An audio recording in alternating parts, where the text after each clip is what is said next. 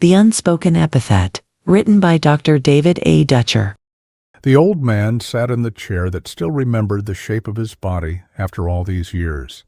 The air carried the smell of his childhood, pine needles crushed underfoot, crab apples bruised sweet on the grass, oranges peeled by small, sticky fingers.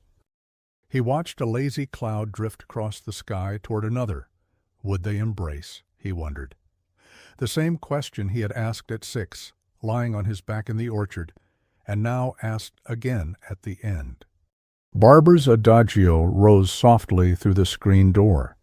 The strings moved with the same slow, unbearable certainty they had carried in the theater decades ago, when John Merrick's mother spoke through the darkness. Never, oh never, nothing will die. The stream flows, the wind blows, the cloud fleets, the heart beats. Nothing will die. He had believed it then. He no longer did. He was dying. The final task was to find the exact words he wanted to leave her. Words meant only for her, not for any headstone. Someone else would write that. This was his. It was hers.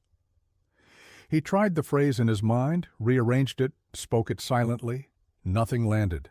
The meaning slipped, the feeling dulled, the rhythm wrong.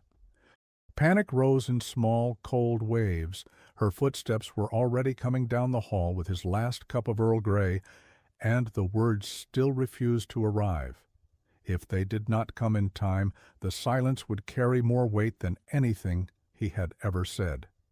Soon his mind drifted to earlier times with her, a first glance, a first touch.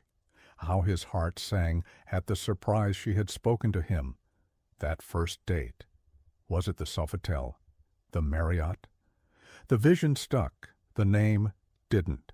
He remembered finally knowing, finally understanding, finally experiencing what he understood the biblical sense of the word love to mean, and he was ready to live it, to give it, to accept it.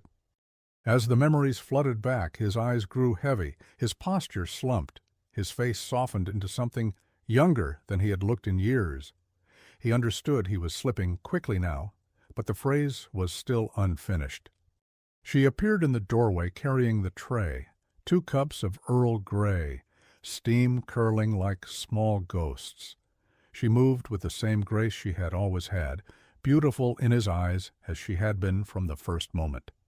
She set the tray on the table before him, and as she did, the light around her grew brighter, almost unbearable.